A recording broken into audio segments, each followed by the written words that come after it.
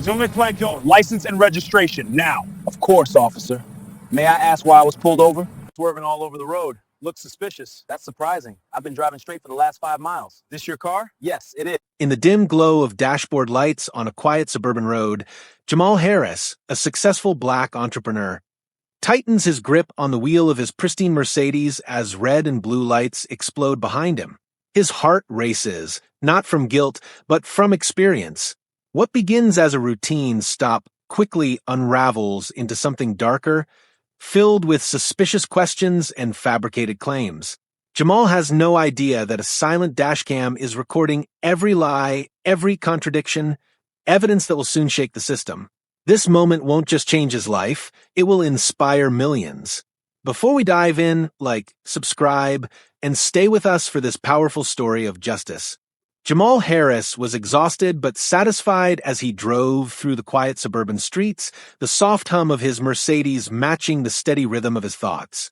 At 42, Jamal had earned moments like this, late nights building his tech company from nothing, sacrificing sleep so his employees could thrive and his community could see what was possible. Home was only minutes away when he noticed it.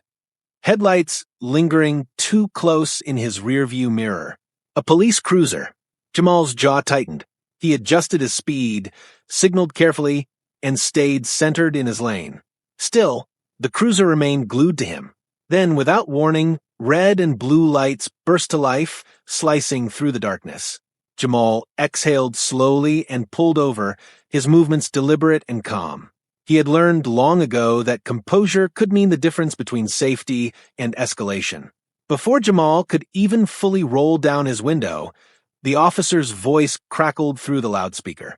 "You were swerving erratically. Step by step, do exactly as I say." Jamal frowned. He knew he hadn't swerved, not once. The road was empty, the drive smooth. The officer approached with a hand resting firmly on his holster, eyes scanning Jamal like a suspect instead of a citizen. "License, registration, and proof you own this vehicle," the officer snapped. Jamal complied, handing everything over without protest. The officer barely glanced at the documents before sneering, his tone shifting. "This your car? Because folks like you don't usually drive something like this." The words hit harder than the flashing lights. Jamal felt a familiar sting, anger mixed with disbelief, but he stayed quiet. He knew arguing could make things worse. What the officer didn't realize was that Jamal's dashcam had been recording since the moment the engine started, capturing every second, every word, every lie. As the officer walked back to his cruiser, Jamal stared straight ahead, heart pounding but spirit unbroken. He didn't know it yet, but this baseless stop, rooted in prejudice and arrogance, was about to expose a truth far bigger than one man on the side of the road. Jamal watched the officer linger by the cruiser, his documents still in hand, far longer than necessary. The quiet of the street felt heavier now, stretched thin by tension. When the officer returned, his posture had changed, shoulders squared, voice louder, confidence sharpened by something other than facts. "Step out of the vehicle," the officer ordered. Jamal blinked. "Officer, may I ask why? I've provided everything you asked for." The officer ignored the question. "Out, now."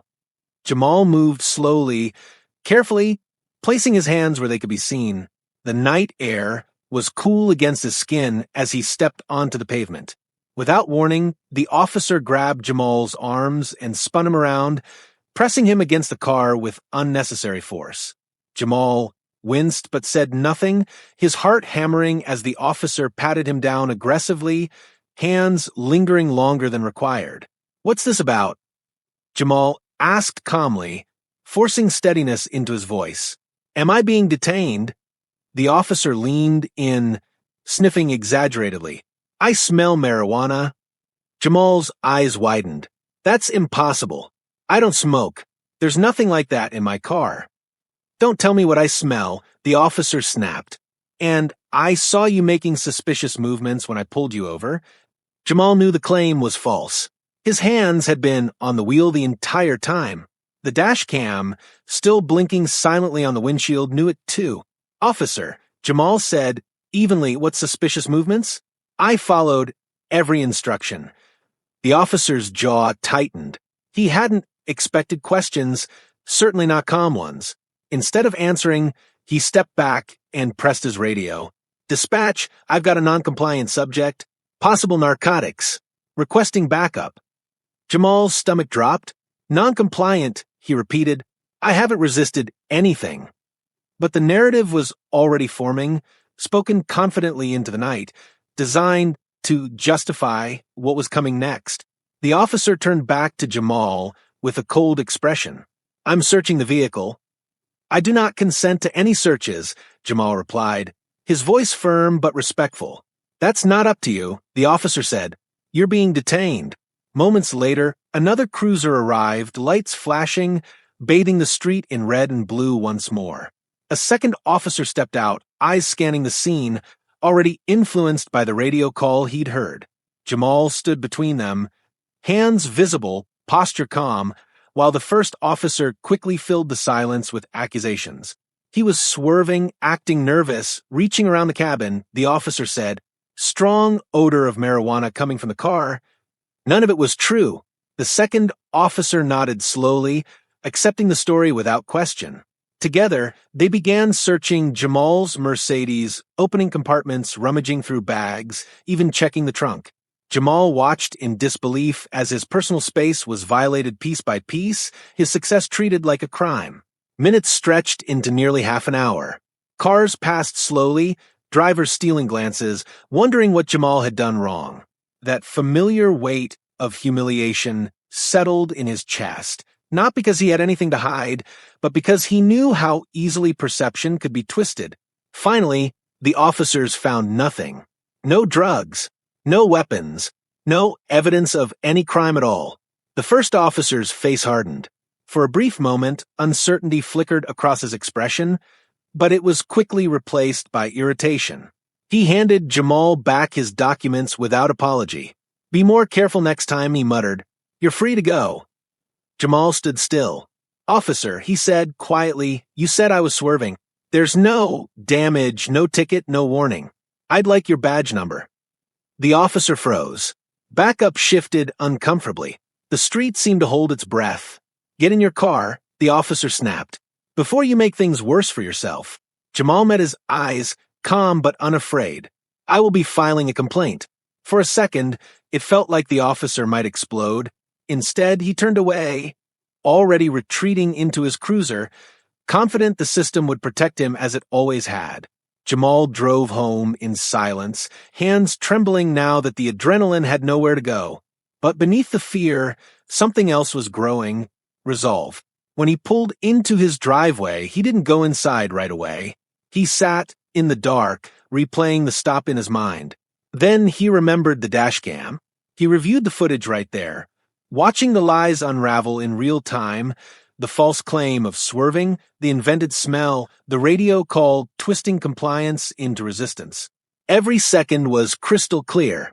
Every word was undeniable. What the officer thought would be another routine stop had been recorded from start to finish. And for the first time that night, Jamal smiled, not because he'd escaped injustice, but because he now held the truth. This wasn't over. Not even close. For days after the stop, Jamal Harris couldn't shake the feeling that something had shifted. Outwardly, life returned to normal, board meetings, emails, family dinners. But beneath the surface, the memory of flashing lights and false accusations lingered. He replayed the encounter in his mind again and again, not with fear this time, but with clarity. Every lie, every pause, every moment that hadn't added up. When Jamal finally met with a civil rights attorney, he brought more than just his testimony. He brought evidence. The dashcam footage was unmistakable. Frame by frame, it showed Jamal driving smoothly down an empty suburban road, hands steady on the wheel, never drifting, never swerving. The timestamp confirmed it was late, quiet, uneventful, until the police cruiser appeared behind him and followed for nearly a mile before activating its lights. No traffic violation. No reasonable suspicion. Then came the audio. Clear as day, the officer's voice boomed through the loudspeaker. falsely accusing Jamal of erratic driving. Moments later, as the officer approached the car, the microphone picked up something else. Low, muttered words spoken under his breath. Figures, the officer said, quietly. Nice car, you right? Jamal felt his chest tighten. When he heard it for the first time, the implication was unmistakable. The footage continued. Jamal remained calm, respectful, compliant. His hands never left the wheel. Until instructed, there were no suspicious movements. No nervous fidgeting. No reaching around the cabin. And most damning of all, there was no mention of marijuana until after Jamal questioned the stop. The camera captured the moment the narrative changed. I smell marijuana, the officer said suddenly, leaning in. But the body language told another story. There was no pause, no genuine reaction, just a convenient claim, delivered with confidence as though recited from memory.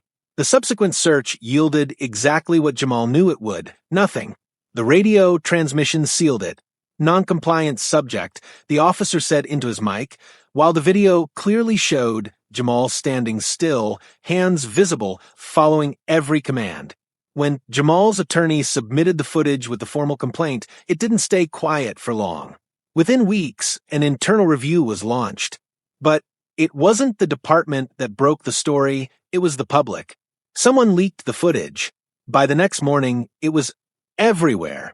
Local news stations ran the clip on repeat. National outlets followed. Social media exploded. Headlines cut straight to the truth. Dashcam video exposes racial profiling in traffic stop, officer caught lying on camera after stopping black CEO, no violation. No drugs. No cause. Viewers watched in disbelief as the evidence unfolded before their eyes. Commentators paused the video, pointing out each contradiction. Legal experts weighed in, explaining how the stop violated constitutional protections. Civil rights leaders called it exactly what it was: racial profiling documented in real time. Public outrage ignited. Protests erupted outside the police department. Community members shared their own stories, nearly identical experiences of being stopped, questioned, searched, humiliated, all without cause. Jamal's story became a mirror, reflecting a reality many had lived but few had been able to prove. The officer's past came under scrutiny. Reporters uncovered a pattern, multiple complaints over the years, all dismissed, all eerily similar. Black drivers stopped in upscale neighborhoods. Claims of suspicious behavior. Alleged smells that never led to arrests. Until now, it had always been one word against another. Now, there was video. The department placed the officer on administrative leave, issuing carefully worded statements about ongoing investigations. But the public wasn't satisfied with silence. The footage had stripped away ambiguity. There was no gray area left to debate. Jamal, once a private man who preferred building companies over making headlines, found himself at the center of a national conversation. He gave interviews reluctantly at first, choosing his words carefully. "This isn't about me," he said during one televised appearance. "I was lucky. I had a dashcam. I had resources. Most people don't." That truth hit hard. Civil rights organizations rallied behind him. Legal analysts called the case textbook. The footage didn't just suggest bias, it proved intent. The officer's own words, his own actions, his own contradictions had built the case against him. Behind closed doors, the city braced for impact. Emails leaked showing officials scrambling to manage the fallout. Internal memos acknowledged what they could no longer deny. The stop had no legal basis, no probable cause, no justification beyond assumption and prejudice. For Jamal, watching the footage go viral was surreal. There was validation, yes, but also grief. Grief for the version of himself who had once believed that success alone could shield him. Grief for the countless others who never had their moment of truth captured on camera. One evening, Jamal sat with his teenage son, watching the news replay the clip yet again. His son looked up at him quietly. "Dad," he asked, "would this have happened if you were white?" Jamal didn't answer right away. "No," he finally said. "It wouldn't have." The silence that followed was heavier than any courtroom argument. As pressure mounted, the city announced a full civil investigation. The officer's dashcam, once ignored, had become undeniable proof, an unblinking witness that refused to forget, refused to lie. What had started as a baseless stop on a quiet road had transformed into something much bigger. A reckoning, a spotlight, a moment where truth cut through years of denial. And as the case moved toward court, one thing was clear. The lies had been exposed, the system was under scrutiny, and the story was no longer just Jamal's. It belonged to everyone who had ever been pulled over and presumed guilty until now. What began as a humiliating traffic stop was no longer just an incident, it was a mission. Jamal Harris sat at a long conference table in a downtown law office, sunlight filtering through the windows as a small team of civil rights attorneys reviewed documents spread out before them. His dashcam footage played silently on a large screen, paused on a frame that had already become iconic. Jamal standing calmly beside his Mercedes, hands visible, while an officer's narrative unraveled in real time. "This is the spine of the case," said Angela Morris, the lead attorney, tapping the screen with her pen. "But we're going to build muscle around it." And that's exactly what they did. The first step was gathering witness statements. At the time of the stop, Jamal hadn't noticed how many cars had slowed down, how many drivers had glanced over as officers searched his vehicle. Now, investigators tracked them down. A delivery driver recalled seeing Jamal pushed roughly against the car despite doing nothing wrong. A woman walking her dog remembered hearing the officer raise his voice and Jamal calmly asking questions. Another motorist confirmed there was no erratic driving before the stop. Each statement chipped away at the officer's version of events. Then came the records. Through subpoenas and public records requests, Jamal's legal team gained access to internal police data, traffic stop logs, complaint histories, bodycam reports, and disciplinary files that had never seen daylight. Patterns emerged quickly, and they were impossible to ignore. The same officer, the same neighborhoods, the same type of driver. Black men and women stopped in affluent areas. Luxury cars. Claims of suspicious behavior. Alleged odors. Searches yielding nothing. No tickets. No arrests. Over and over again. A data analyst hired by the firm compiled the information into charts and timelines. When presented visually, the bias was stark. The officer stopped black drivers at nearly 4 times the rate of his colleagues in the same district. Complaints had been filed before, many of them, but each one had quietly disappeared into internal reviews that led nowhere. Until now. This isn't just misconduct, Angela said during one strategy meeting. This is systemic failure, and we're going to show that the department knew or should have known and did nothing. The federal lawsuit took shape swiftly. It alleged violations of Jamal's Fourth Amendment rights, unlawful stop, unlawful search, detention without probable cause.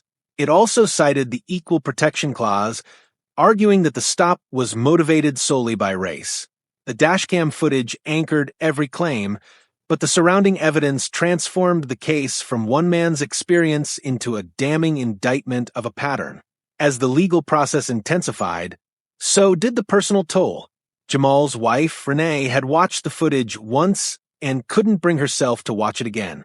She remembered the night Jamal came home, quiet, distant, trying to protect his family from the weight of it all. Now, as reporters camped outside their home and Jamal traveled for depositions, she became his anchor.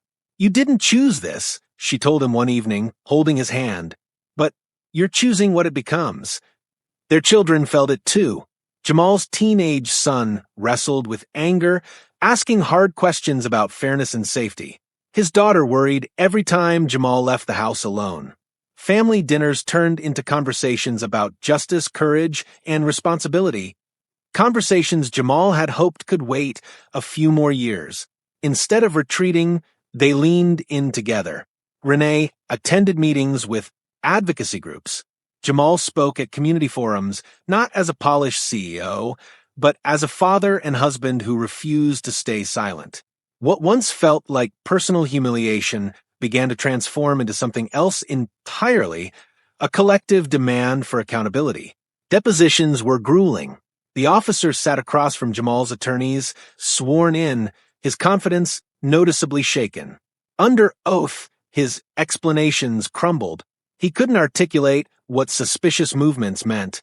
He struggled to explain why the alleged marijuana odor appeared only after Jamal questioned stop. When confronted with the data showing his disproportionate stops of black drivers, he fell back on vague claims of intuition and experience. The dashcam played again, this time in a sterile conference room, attorneys watching silently as the officer's own words contradicted his testimony. There was no room left to hide. Internal emails from department supervisors surfaced next. In them, concerns about the officer's behavior had been raised, then dismissed. One email, in particular, became central to the case, a supervisor acknowledging the pattern, but warning that disciplining the officer could create complications. Complications, Jamal learned, mattered more than citizens' rights. As news of the lawsuit spread, more voices came forward. Former officers contacted Jamal's legal team anonymously, describing a culture where stops like his were quietly encouraged in certain neighborhoods. Proactive policing, they called it. Jamal called it something else. Profiling. The case gained national attention again, not because of spectacle, but because of substance. Legal scholars analyzed the filings. Civil rights historians drew parallels to landmark cases of the past.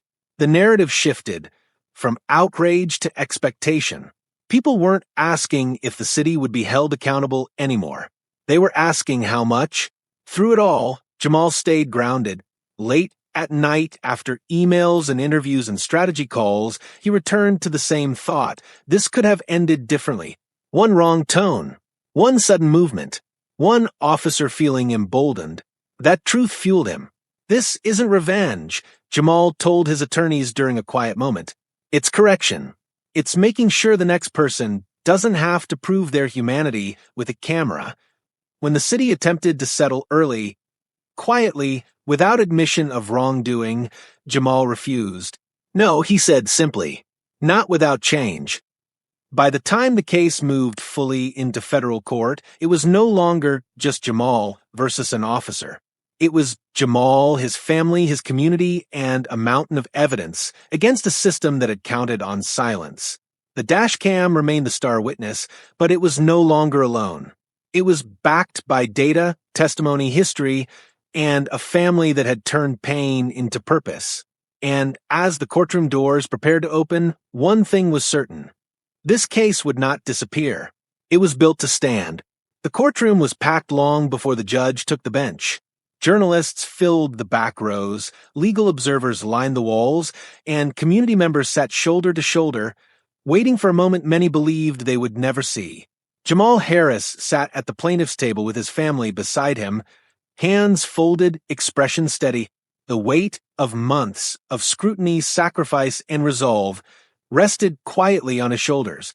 When the proceedings began, the city's defense unraveled quickly. Expert witnesses took the stand one by one, dissecting the dashcam footage with precision. A former traffic enforcement specialist testified that Jamal's driving showed no deviation whatsoever. A forensic audio analyst confirmed there was no environmental or behavioral indication to support the officer's claim of smelling marijuana. A constitutional law expert explained, in plain terms, how the stop violated Jamal's 4th and 14th Amendment rights from the very first moment the lights came on. Frame by frame, lie by lie, the defense collapsed. When the officer's deposition clips were played, his sworn testimony directly contradicting the video, an audible shift moved through the room. The truth was no longer abstract. It was visible, undeniable, and permanent. Behind closed doors, the city felt the pressure mounting. Public confidence was eroding, protesters gathered outside daily, and the evidence pointed overwhelmingly in one direction. Continuing the trial wasn't just risky, it was indefensible. Before closing arguments could begin, the announcement came. The city agreed to a $2.5 million settlement. The terms were public and unmistakable. The officer was terminated effective immediately. The police department committed to mandatory bias training, revised stop-and-search policies, and independent oversight for misconduct complaints. For once, accountability wasn't whispered, it was written. Jamal didn't celebrate. He stood, hugged his attorneys, and turned to his family. Renee wiped away quiet tears. Their children held onto him tightly, pride and relief mixing in their eyes. At a press conference later that day, Jamal spoke calmly, deliberately. This outcome isn't about money, he said. It's about acknowledgement. It's about change. Then he announced something that silenced the crowd. Jamal would donate a significant portion of the settlement to fund scholarships for underprivileged youth, students from communities where opportunity too often met suspicion instead of support. The scholarships would bear his parents' names, honoring the values that had carried him through the hardest night of his life. What was meant to break me, Jamal said, ended up building something bigger. The story didn't end in that courtroom. It traveled into policy meetings, classrooms, and conversations across the country. Jamal's ordeal became proof that truth, when documented and defended, could still move the system. And for countless others watching, it became something even more powerful. Hope. As Jamal drives home in that same Mercedes, the road feels different now. Lighter, quieter, free of the fear that once followed flashing lights. One dashcam, one moment of truth, turned injustice into empowerment and silence into accountability. His victory reminds us that standing firm against lies doesn't just change one life, it can ripple through communities and shape a fairer future for generations. Stories like this matter, and they deserve to be heard. If this story moved you, please like, share, and subscribe so more voices, more truths, and more hope can reach the world.